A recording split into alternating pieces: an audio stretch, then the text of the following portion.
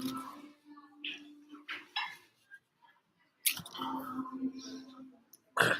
morning, good evening, good afternoon, wherever you are. Welcome to Dreamy Dreamland with Sensei Alba. It is 9:35 in the AM on the Eastern Seaboard, July 26th.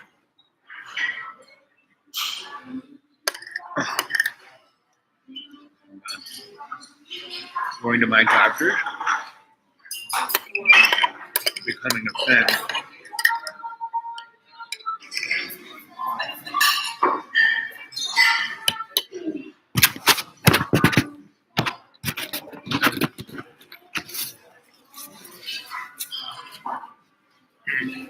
The medical model that's been taking care of me has fallen apart. It was a non-profit entity, and the man who put it together was my doctor. Right? And so he did a great job, and he liked me. I'd be his last patient. And we just go, basically I went there once a month to make sure I was still alive. And so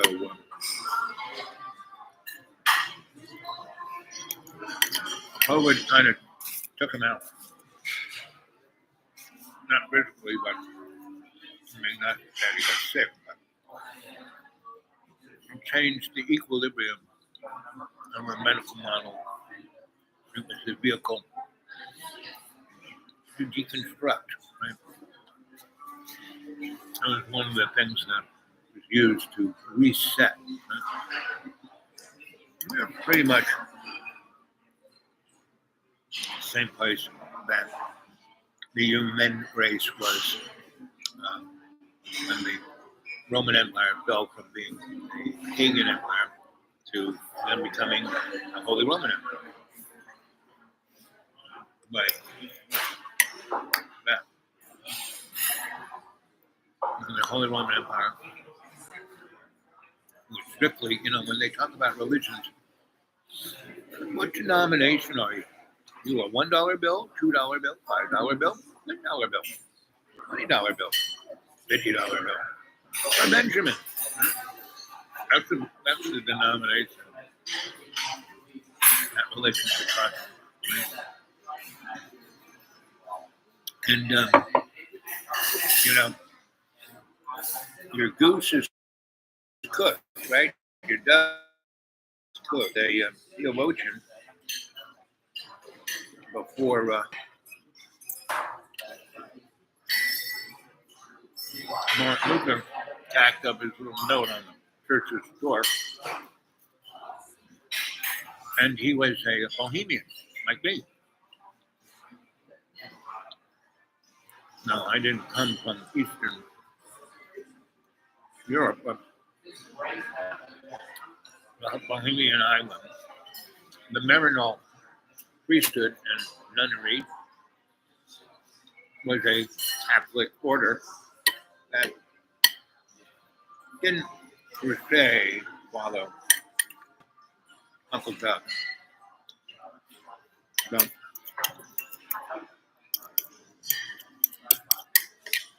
this guy basically was coming from the point of view. And if you read the King James, that isn't what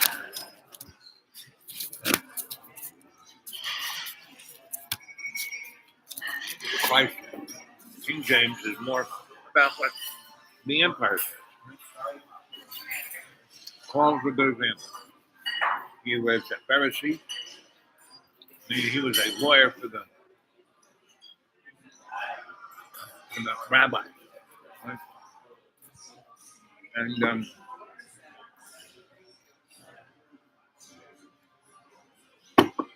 can't realize if we read the Bible, it is still a good book, even though it's put together by a Hebrew Roman businessman. And it's cool. And mm,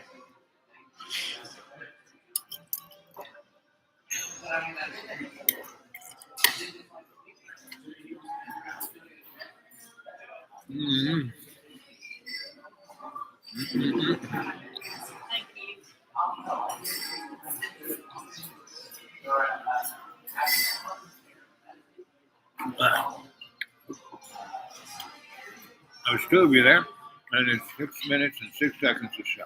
Right? So, what are you? Where'd you come from?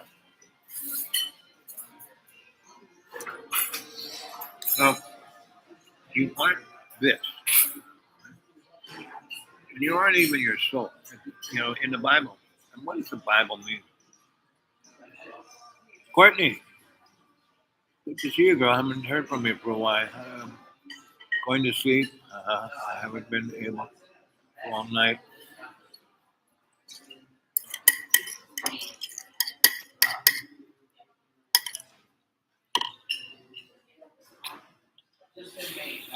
Well, go to sleep. The best thing to go to sleep is take all your electronic gear, put it in another room. So it can't be woken or disturbed by the hum.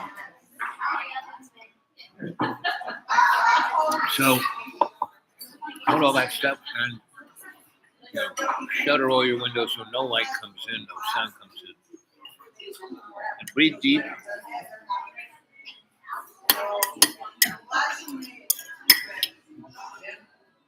And go to sleep. No, I'm doing well. I don't do it. Even if, like my doctors want to do open heart surgery. Really? I have this heart murmur that I've had since a kid, since I was born. And, lived 73 years so far. So, I have faith in God, unconditional love, and Jesus' unconditional forgiveness. I serve that. I'm more than, a person like someone who serves here at this restaurant, brings you your food. Now, basically a slave. People don't like that when I say it, right? Well, you can only have one master. Right? I'm a young lady who's bringing me food here. She's very good, very attentive, but she's got 40 other people to be attentive to. She lives on tips. To ensure, tip stands for to ensure proper service. So, that was awful good.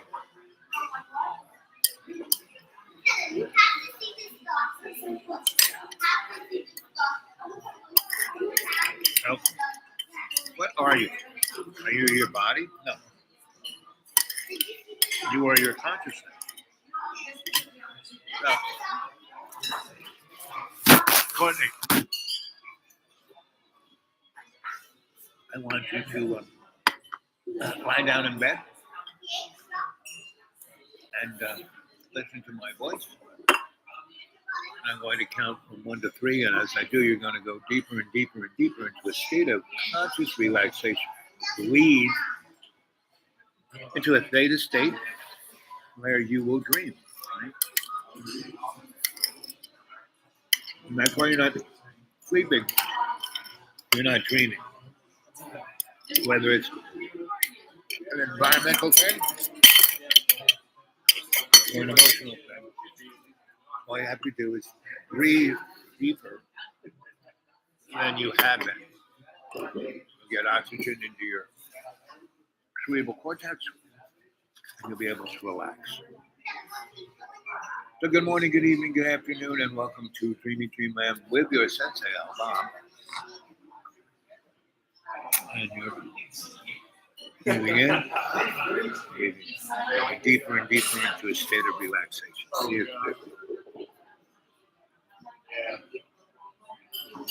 I haven't been doing as many shows as I normally do because I haven't had the cash flow to even put the gas in my car. So I'm waiting and praying and enjoying life moment to moment in God's co-creation. So I'm reaching out to you to speak to you because, when I first did this, most of you came to this show through Johnny Boy's channel when I told the story of the old crone. We told about 40 other stories, and each of those stories got about 75K, right? And he was making 2 or 3 grand off of me per story. And he kept saying, "Oh, you're costing me money, get out!" And then he'd throw me out. And then I'd go have an amazing adventure. And then he'd beg me to come back. I'd do 3 or 4 more shows. He'd get his numbers up. He'd make some money. He'd throw me out again, right? And that's John. And Johnny is, Johnny is Johnny. You watch him. I don't watch his show too much because it's pretty much the same thing over and over again. But if you look at YouTube, pretty much every YouTube is that individual's same thing over and over again. It's the same with me. So when I started YouTube, Dreamy Man with Sensei Al Bob, about 5 years ago, my time goes by when you're doing fun. I've done about 2,000 shows. I have maybe 600. Thank you, sweetheart. You're doing a great job. Thank you. I hope you have a wonderful rest of your day. Can I pay you? They won't let me take the money, but you can take it up front where you can scan it with your phone. I'm not that technologically adroit. Then I recommend going up to the cashier. Okay. So they want cut of her cash, right? They don't want her to. So I'll leave it something. Anyway, so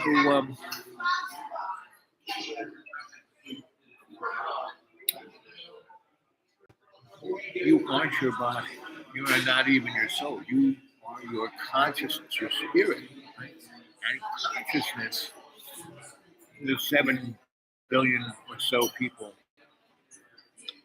on this planet, and there aren't, 7 billion consciousnesses. No, it's one consciousness, right?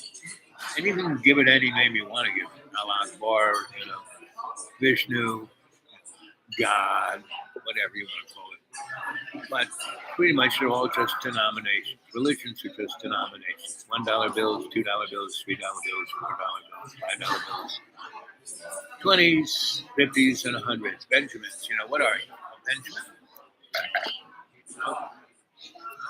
And if you listen to the YouTube for your news, which is probably a better thing than watching the old Bart news. Like CNN, NBC, MSNBC, MOUNC. Bottom line is, you have to be connected, right? And our sister here, Courtney, her issue is that, which she doesn't even understand, is she's not connected. She has been disconnected through emotional. I mean, basically everyone on this earth is suffering from PTSD, right? And how do you get past PTSD? You stop thinking about yourself and you think about the other person in the universe, right? Serving God. And that consciousness, God consciousness, is all those 7 billion people and all the brothers and sisters of, all our relations, right? All the feathered, bird, skinned, scale brothers and sisters we have. So as we move in a society that's based totally on the need, I need this, I want that, I need this, I want that. We basically fall into again a denomination, right? Benjamin, Jackson, Lincoln, or Washington, right? And where did our first president get sworn in as the first president? On the steps of the New York City Stock Exchange. That's where. So if that don't tell it all, I don't know what. So we find ourselves in a position of having to figure out what we are. And so I've been working on that since I was born. Since I've been conscious from the moment I was conscious when I was in my mom, and she'd be smoking those cigarettes and drinking that booze, and I would be like, whoa, yeah, ooh. And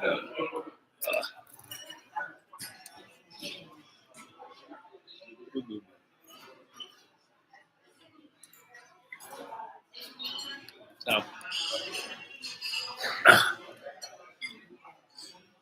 thanks for that thumbs up.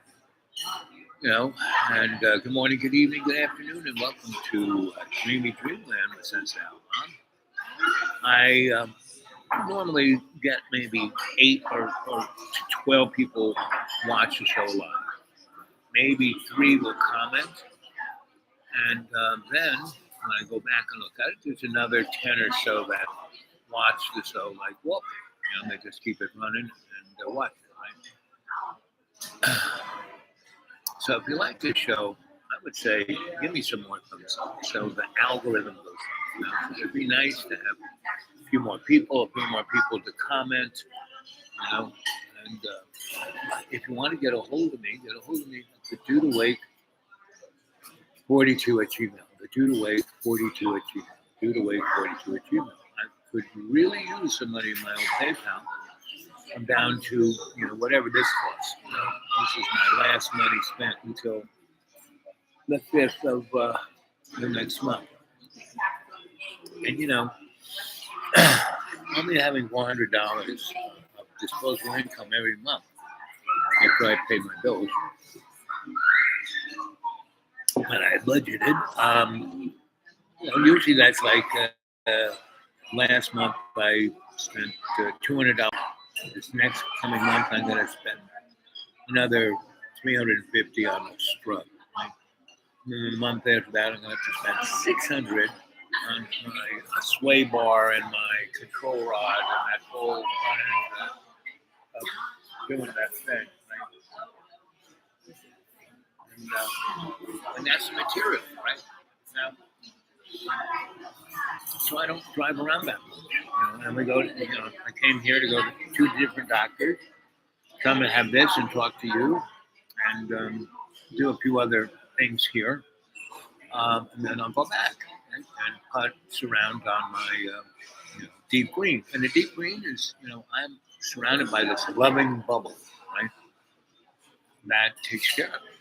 Oh, here we are at 1921, right? So, you want to get a hold of me? That's the Dude Awake 42 at Gmail, Dude Awake 42 at Gmail. Please send something to my PayPal. And don't get so hung up on the material world. What you need, you don't need anything, right? So, unless these doctors can really, I know I have a heart murmur. I've had it my whole life. But I live in a place where I have to go up and down a hill. That's about, from the bottom of the hill, top of the hill, it's about 200 feet high, right? And it's about a football field's length. And I walk that 10 to 20 times every day. I built a place so I wouldn't have to do that. That's my exercise. It also tells me how I'm doing. I can feel my pulse, right? I can feel the blood rushing through my body. I can feel the 9 other pulses in my body. I can feel my breath, right? And I can feel, whether it's stressing my heart out, and it doesn't. So, and then I climb a mountain 3 times a week, right, which is really steep, and it's about half a mile up and half a mile down. Going up, it's easy. Coming down, it's almost you got to be real careful. I'm like, ah! So that's what I do, right? And as I come down, I go real slow, and I look at every plant, every rock, and that is, Courtney, that is, I mean, you are a very observant person. That's one reason why you can't sleep. You're aware of everything. But you have to put it in perspective and see what's the best thing in your life and focus on that. The other things that might annoy you or stress you or make you worry, they don't matter because your physical body doesn't matter. This physical world doesn't matter, right? It's just a sandbox for, and our soul. Our soul is just a fiber optic line connecting us from, you ever see The Matrix? And Nehru, or whatever his name is, the one, takes the whatever color pill and he wakes up in a bathtub of Vaseline with a spike in the back of his head. Well, that spike in that wire, that is your soul. That's the connective tissue, right? And when he is experiencing himself in his higher realm, he gets closer and closer to consciousness, right? And, the Matrix is a great little metaphor of a lot of biblical tales, right? And so you just have to put it into perspective. And that's why I live out in the deep green. It's totally beautiful, even though it's being, attacked by, like when I drove here. Normally, back, for 20 years, I would drive. There's only one county road, and the rest are like farm, Forest Service roads and just farm roads, right? And so now big heavy equipment's running on it and ripping down hills and mountains and dales to build lots for the cockroaches from California and Texas and Charlotte, North Carolina, and New Jersey and New York and Florida to come here. If the census thinks Florida's so great, how come so many Floridians are jumping ship and coming here? And this is a very small place, very limited, very, very sensitive. So all of these people come in with all their cars, all their boats. There's a big lake, right?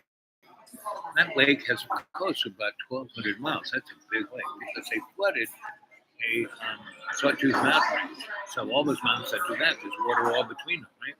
So it was really beautiful because you could go and there wouldn't be anybody. There were a number of these little roads I would go on, and a couple of them came right next to the lake. I mean, there was no boat ramp or anything.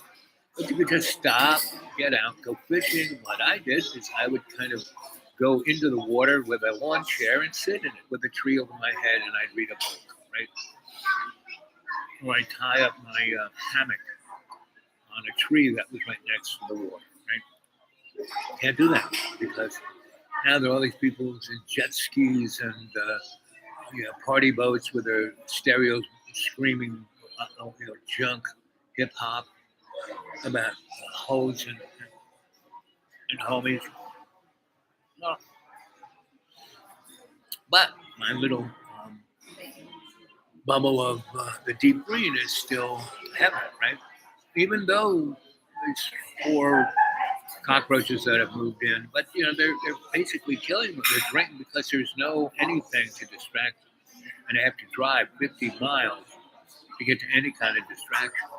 And so they really, I found Colonel Sanders in the middle of the Forest Service road, drunk out of his mind, weeping, right? And he had shat his pants and he was in sorry shape, and he was just had the hip hop music blaring about you can't trust your bitches and your homies, right?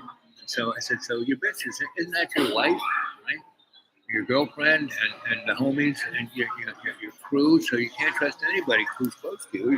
I had to put him in the God told me to put him in the ground. I said, really? God told you to put him in the ground? I said, is that me too? No, you're good. I said, Okay, so at least I'm good for the moment. So why do you, I don't think God, wasn't one of the commandments now it's not to kill, right? Thing is to not, self-medicate. When you drink that much and take all kinds of drugs to put yourself, shitting in your pants in the middle of the road, and crying and weeping and bawling and screaming, singing along with the rap music that makes no sense. I mean, I like rap music. I like him. I like a lot of it's a spoken word. It's an extension of Gil Scott Heron. So, and I could tell you endless stories about my adventures and show you pictures. That was then. This is now. And this ain't in 1970s. I mean, the only stories I'm going to tell you guys are the ones that are congruent with what's going on now. Like 1970, right? Between 1969 and 1989, the United States was in a depression for 20 years, right? New York City, they had 30,000 policemen, and then they couldn't afford more than 8. So you talk about, defunding the cops, or you talk about crime. New York City in the 70s and 80s was like, whoa, baby, right? And it wasn't until the late 80s when Disney basically bought up Times Square, and corporations bought up everything. And Donald Trump did squat. I mean, except though, he made money at going broke, right? I have some more coffee. More coffee.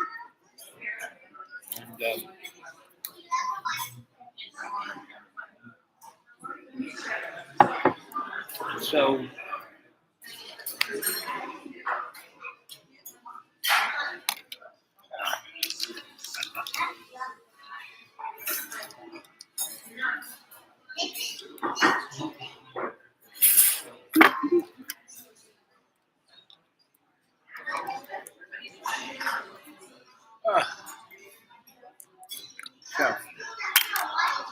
I basically, in the 80s, 90s, and early O's, I was a itinerant scholar and a consultant for desperate lawyers, right? And so I made a lot of money, and I spent it all. And I made investments and did all kinds of stuff like that. But in the long run, when I died, I basically had to. Thank you, dear. So did I read your mom? Maybe. If it's quick. Hand you right. Well, you're very creative, and you're kind of close to the best. You never spill the beans. People tell you stuff because they know that you don't spill the beans. Trustworthy. So you're very.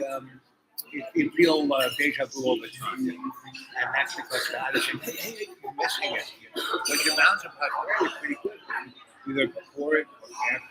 Never. So you need to be conscious and intent. You are. So when you get out of bed, conscious intent. Before you stick to using the car ignition, conscious intent. About those things. So you know exactly. And God loves you. He's always watching out for you. That's why people listen to what's got hit by a car. Turn your hand this way. Well, you're smart, but you're gut. You're a really good gut instinct. You should listen to that more. You're very empathetic, and you color your nails, so I can't tell you anything else. I'm sorry about that. No. I love the color. Thank you. I appreciate it. What sign are you, astrologically? Taurus. Good. So you're everyone's friend, and not so much. You're always there for them not so much for you. So just how I deal with that is I only do the stuff that makes me happy and not stuff, not things. Oh, I need that. No. That old lady who needs her washing machine fixed, I fix it. Right? Or do this, or all the little skill sets I have, like reading your palm. That's why I do it, especially. I feel good about it. Good to see you, buddy. What are you filming? Yeah, this is YouTube. We're on YouTube. Live stream? Oh wow. Yes, Yeah. we're talking about conscious intent. How is your conscious intent? I don't even know what that You is. should read his hand. Okay, let's see your hand. I don't even know what it is. Your hand is this way. Oh. Which one do you write? Stand where she is. You're making me turn my neck, which it doesn't go that way. Let's see. You are honest as the day is long. You know, if the cop says anything, you should always say lawyer. Yes, that's good advice. So you're pretty even tempered. Let's see that hand again. You're a little passive aggressive. That's right. I'm passive aggressive. Okay. But you're because you don't care. Is that all you got? No.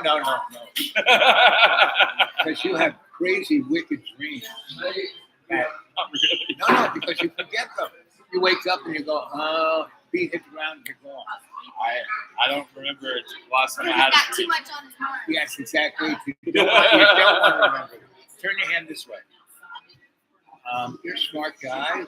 You're a lot smarter than most people. You're so smart. My first wife used to call me stupid smart. Oh yeah. That's it. Stupid smart. You worry too much. Way too I much. do. And you're very empathetic. You know, sympathy is like, oh, I feel sorry. Get out of my life. Empathy is, I've been there, buddy. Yeah. So you're very empathetic. Yeah. Well, I am these guys. What sign are you? Aries. Aries. So you want to rule the world. Forget that. I'm married to an Aries. It didn't work out.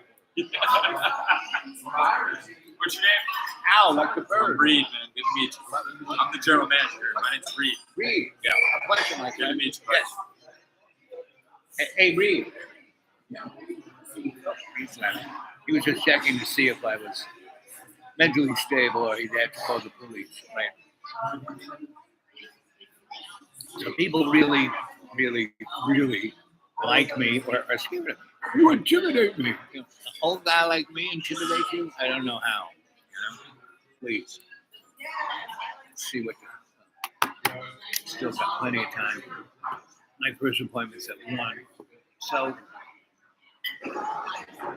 so I said to him, you need to be conscious of intent you are.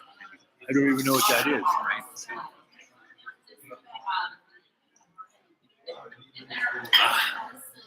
So,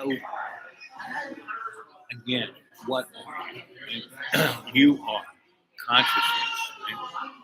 Consciousness is that experience. Here's a good little thing to think about. So, you go to sleep and you have a dream, right?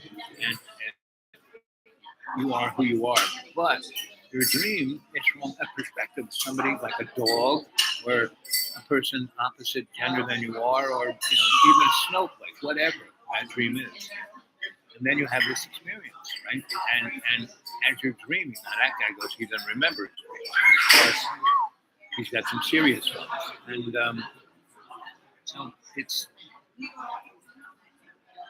how you. So I am a shamanic psychosocial culture forensic anthropologic alchemist. What is it, right? So I'm not a shaman priest. Shamanism is just like a denomination. It's one of those world views, right? And to understand anyone's worldview, you have to understand their psychology, how they are experiencing it, and what they think they are, what their personality is, right? What makes up that personality, that psychic personality, that psychology that you live in? It's like the water you're swimming in, right? The air you're breathing. It's your psychology. Well, it's made up of your social orientation. What's your job? What do you do? What's your sexual preferences? What sports? What you like? What you do? That is your social dynamic. What community? What church? All of those things, right? And culture. Culture is like where you came from. What's grandma? What holidays do you celebrate? What foods do you eat? Culturally, not socially. Because socially, you eat who you're hanging out with, and it's basically poison, right? So, because if you live in America, virtually everything you eat, like that meal I just had, very yummy, but it was all super industrially made. Everything, to the calorie to the molecule. Very tasty. So when I ate it, I focused on the taste, and then shamanically, I was putting it in my body in a best way to utilize the calories, to turn those calories into things that'll make my body better rather than worse, and to eliminate, excrete everything else, right? So that is the motif. And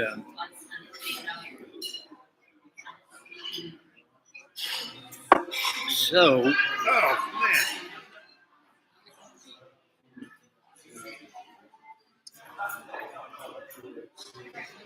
So, psychosocial, cultural, forensic. So you take everything apart to the threads, right? I love it because everything I talk about usually ends up in some corporate boardroom, Facebook's new app is Threads. That's what I talk about. I have been talking about for the last, 5 years.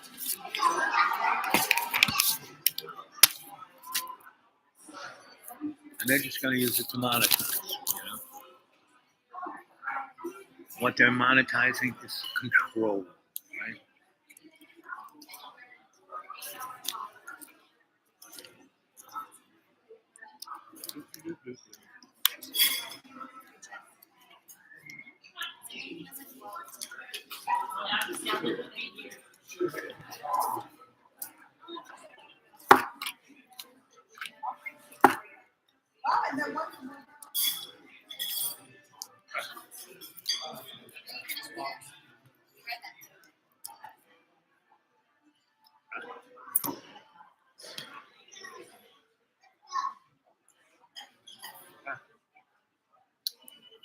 So how much juice we got left here? Oh, pretty good. So I listen to the radio. I get two things. I get the public radio station, and I get the Christian station, right? So and so I record it, right? And I play it back later.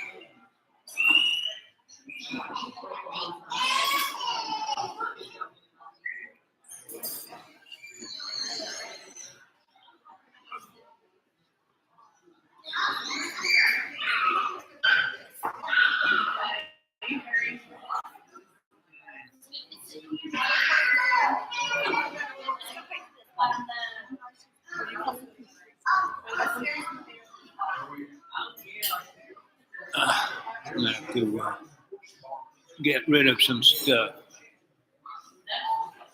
See if this thing even restarts. When I go on people's Wi-Fi, corporate Wi-Fi, it's just like, uh-oh, what do they do to my device?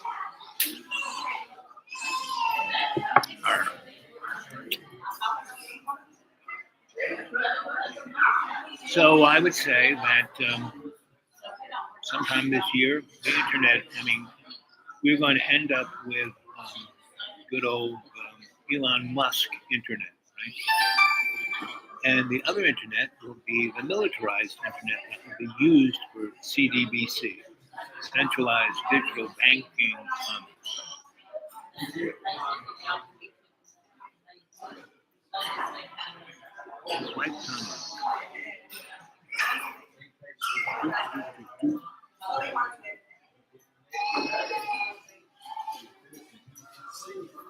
I'm just going to kind of.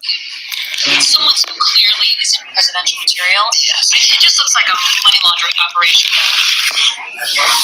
Oh, it's really true. Well, the other thing about her, they want a woman in there, and they don't have a really good field of women in the Democratic Party.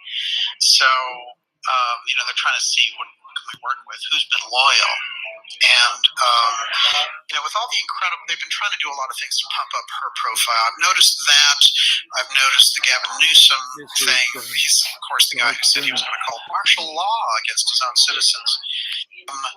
Masonic duties into the Theosophical Society and brought forward so much influence on FDR that we're going to see a whole occult puzzle piece fall into place with FDR. But by the time we get to 1945, he has been booted out of the vice presidency. He was going to be there, and he was going to be president next. But instead, we got Truman, who would drop the bomb. And this is something that it's pretty clear Wallace was not going to do. So these groups behind the scenes had to move this in just right. And there's going to be a lot that plays out in the first 6 months of this year that'll give us some of those answers. Let's take it back in time. Today's January 20th, 2023. What was going on January 20th of 1941? Some 82 years ago. Okay. It was the official inauguration of FDR and Henry Wallace. And both of these men were very, very deep. Roosevelt, including not only the Masons and the Oddfellows, which is very interesting, spin-off of the Masons, and unusual for a lot of reasons. Very heavy emphasis on youth. But also, when we look at Henry Wallace, we are looking at the X piece coming in, a direct major theosophist, but somebody who was such a core member that they were part of the Halcyon Temple, which is the theosophical group that broke away from the Masonic Theosophical Society and really started their own thing in California. This is an important group. I highlighted them in an episode. This has been a couple of years now. But the whole story of the Halcyon Temple book called Radiance from Halcyon, and that's Halcyon by Paul Eli Ivy, a utopian experiment of religion and science. I'm going to read a few quotes from this book tonight, but one of the things that we can say about Halcyon is it had some major theosophical figures and members, and it was heavy on the artistic side, and it had the master Hitlerian as its kind of main deity overseeing proceedings, which gave it a heavy emphasis around arts and sciences. But the scientific way that Hitlerian had with him in theosophical terms gives us the very, very deep scientific edge. And what happens is when we come out of that group, we see the Berrien brothers, who will be the literal foundation of Silicon Valley. And these guys are going to move deeply into the whole picture of developing, the very early CERN experiments. So Berrien brothers, I've highlighted them in relation to the fact that they grew up in this Halcyon community. And what did you just say? Hey, your first name, please? I found a lot of kids who know what to do, and usually it's kids who don't feel entitled, What do you say to these kids? I told you, there's one I've mentored. There are 100 young people.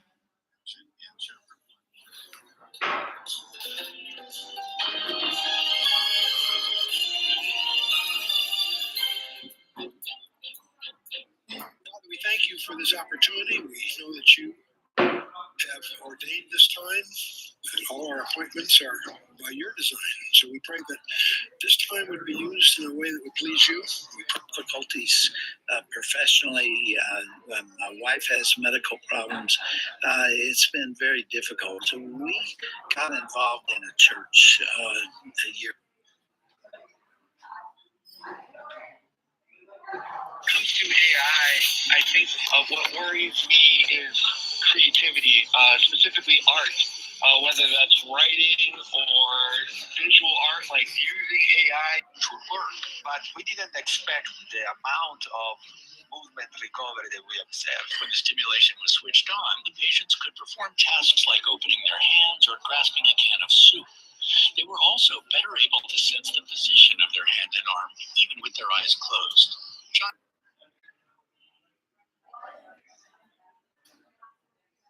don't understand the urgency. I have to understand the urgency. That's the most important thing. And I'm not follow through. what somebody else does. I don't give a fuck. And follow through. Yeah. The exact opposite unfolds in the last several years. We're farther away from it than we ever were. But we have the potential more than any. NATO said they were going to expand into Georgia. Right. And that's exactly what I said. He wanted it to be his and not NATO's. Right. He did not want NATO entrenched in Georgia. He did not want NATO. So this is a guy who's a scholastic. He thinks he knows everything, and he wants to be right. So I try to give him some good interaction to think about stuff. He doesn't want to think about it. He just wants what he wants. NATO entrenched in Ukraine. Okay.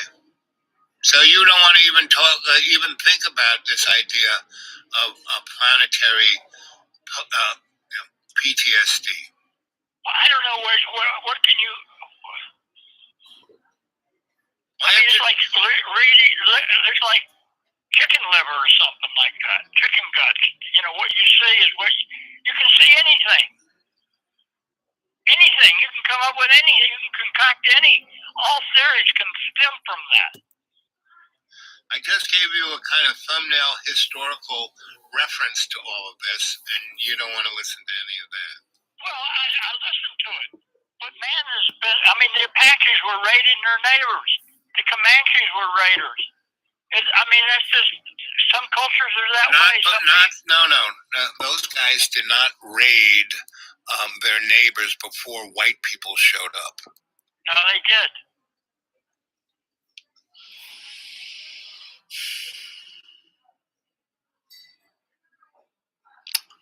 Okay. What political and historical reference do you have of that? Because from my experience of living with different tribes across the United States, they all pretty much said, we had our disagreements. But we would have games where our tribes were made up. Everyone had different jobs, and yes, we had warriors. The but Apaches didn't farm. They didn't plant. Some tribes planted. Apaches were raiders, not farmers. But people who live on the land live on the land. They don't live on the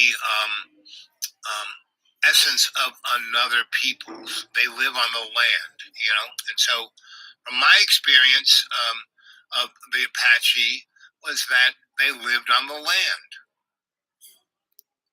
And one thing about the indigenous people of North America was until Europeans brought horses, they they had to run or walk to whatever they were going to do. They didn't ride horses. Horses didn't show up until Europeans came. And that technology lent tribes to do things that they normally didn't do before white people got here. I'm sure that's true. Changed everything. Right, so the bow and arrow changed everything. Well, not like pottery changed everything. Yes, but not like those things were incremental evolutions of their experience in their. It wasn't. Actually, that's not true. That's inaccurate. What? When pottery took over, it spread very quickly everywhere. Yes, because it was such a good idea, but it didn't come from a foreign land. It wasn't alien to North America. One group may have said, "Oh, look, if we take this mud and put it here and put it in the sun, oh, look, it keeps its form. Oh, look, if we stick it in the fire, it's even better." Yes, and then look what they did. Oh, let's try that, right? So yes, because Look, every personality is different. You have the oldest is the nurturer. Typically, the youngest is the what's in it for me. Typically, and it's all a mix. But in tribal communities, it is a community, and everyone has its place in that community. And I'm talking about indigenous tribal people, not tribal people who live on the res, and the federal government, gives them a check and a little bit of health care and maybe a little bit of schooling. No, I'm talking about back in the day before white people were ever here, when people lived in tribes in North America. You go study any of the indigenous historical references that aren't European based. One of the problems with anthropology is that it has a built-in prejudice. It comes from a point of view of that culture's observation of these other people, and they judge them from their point of view. That's the biggest problem with anthropology, and that's why they started having different frames of anthropology. You had cultural anthropology, you had forensic anthropology, you had, because they were trying to get away from that original prejudice of the 18th and 19th century, of the European exceptionalism, putting, oh, this is what this is. So if you want to look at any tribal people, you have to look to their history and not the one that the Europeans wrote down about them. And it's I'm sure there's a lot of truth there. The Europeans brought a bias and a frame. Right. Everybody brings a frame. But to whatever they do. Right. But when you're talking about a tribe or a culture, if you want to really know about that tribe or culture, you should learn it from them and not some scholastic or textbook or a thing of that nature. You know what I'm saying? Well, I'm not so sure about that. I mean, observers can tell more about have insights into a situation more than participants do sometimes. But not and indigenous. Participants don't understand where they are. No, indigenous people do, because they were coming from a place where they're the only ones there, and they're not getting the opinion of anybody else, and so they had thousands of generations of experience of mom telling Sonny Boy, grandma telling mom, and then Sonny Boy, and that observation is a more clearer because it's real, it's there, it's experiential, it's day to day, it's what's going on. It's not some guy who comes from London and goes out there in Apache land and observes the Apaches. Have no idea what they eat, how they work, they're riding horses and they're attacking. Oh, this is... Yeah, so that was a nice little exhibition of a scholastic. I know everything, right? I know nothing. I know nothing, right? I experience things within inside the essence of consciousness, right? And when I am doing that, I am conscious intent, I am, right? And when I'm doing that, I'm in connection with God's unconditional love. And that's what brings the essence of understanding, right? So, how much juice do we got left here? Oh. So here it is, 55 minutes and 15 seconds. Welcome to Dreamy Dreamland with Sensei Al Bob. And again, want to get a hold of me, Dudawake42 at Gmail, Dudawake42 at Gmail, right? So,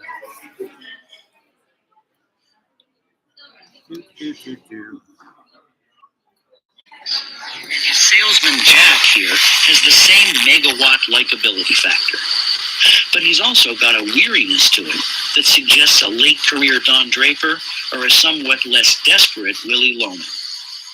That mixture of charm and frustration is what fuels both Jack's character and Crude Up's performance.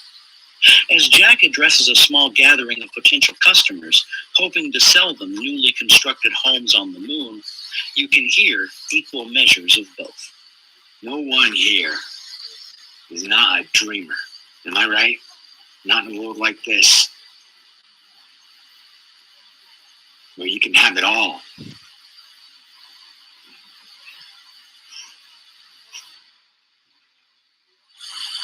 And that's what I want for you and your families. You wake up to the Earthrise. Out your bedroom window, your wife out on her lunar garden, your boy shagging flies on the zero-G diamond. That's the dream you all deserve. I mean, come on. Why should the rich and the famous get our moon all to themselves? No, sir. The bright side. These internationals, Palestinians, the reality of the Israeli occupation, the real face of the Israeli occupation in my own city, the closed streets, the closed markets, the checkpoints, the settlers' presence in the middle of my... What were white people saying back then about all this? The Haitian Revolution has been described by scholars as an unthinkable moment, right? Because the Haitian Revolution is not just another slave revolt. There had been slave uprisings happening across the Americas, right? And they're saying, okay, you're saying you believe in liberty, you're saying you believe in equality and brotherhood. Well, it turns out we believe in those things for ourselves too. What makes the Haitian Revolution radical is that the revolt turns into a revolution. And so when you look at the very earliest responses by white folks on the ground, they're a little bit like, oh dear, you know, there's sort of troubling news from across the ocean. It's not until this revolt proves itself unstoppable that it then becomes completely terrifying. Because in their minds, there is the potential that the Haitian Revolution and its success will create a domino effect. That'll come to their front door. Exactly. So what we now call Haiti, right, the former French colony of Saint-Domingue, was hands down the wealthiest colony in the Americas at that time. And there are copycat revolts across the Americas. You know, Martinique goes up in flames, Guadeloupe goes up in flames, Grenada goes up in flames, Jamaica, Antigua, right? Even in what was then Spanish Louisiana. So there is a fear that the Haitian Revolution will become an example of what Black sovereignty and equality could look like. So what actions did the white men who were in power in what we now call the United States at that time, what actions did they take in response to that? Well, what we see, I think, first and foremost is a ramping up of policing. The slave patrols are put on alert. They're also surveilling and ramping up their monitoring of free Black. And that is what the Second Amendment was. The Southerners didn't want to become part of a union with the North. You know, they had a good deal. They were making a lot of money. They were making cotton and selling it raw material to England that was turning it into cloth. They were making a lot of money. So no, those guys didn't want to get rid of slavery, right? And so the only way the South joined the revolution against the English was that they got the Second Amendment, meaning they could form, militias, slave police, right? That's what that lady was talking about, right? And now that is extended to us. We are the slaves. Communities as well, right? There's concern that alliances would emerge. And of course, in situations where conspiracies are actually revealed, then we see whole new waves of legislation limiting everything from freedom of movement, denying access to education, implementing new laws that monitor and surveil cultural activities, right? So this is where we start to see drumming disallowed, musical celebrations. There's even laws passed saying that dancing is illegal, expressions or manifestations of Black joy every time white folks perceive that they present a potential danger to the stability of the institution of slavery. Every single imaginable aspect of Black people's lives are policed, surveilled, monitored, and often criminalized. You're listening to It's Been a Minute from NPR. I'm Brittany Luce, and I'm talking to legal scholar and sociologist Dorothy Roberts and historian Leslie Alexander about how ideas that arose during slavery still have consequences today. You know, that pattern that you're describing, Leslie, you make the argument doesn't just indicate that white people are fearful of Black rebellion, they're also fearful of Black success or Black progress. We see it after Reconstruction, when we're seeing. So, hope you enjoyed this show. I'm going to come back on. I'm going to run a few little errands, and I'll be back in 10, 15 minutes, right? Maybe 20, maybe an hour. Right now it's 10:30. My first appointment's at 1, so I'm going to run a few errands. I'll be at some place so I can get back online, and we'll see where we can go with that. It'd be nice if, I hope you are sleeping, Mr. Courtney, and I hope you're awake, audience, right? Not woke, awake. Okay, I'll talk to you later. Love you guys. Again, get a hold of me at thedudewake42@gmail, and get a hold of me on my PayPal. I truly could use it.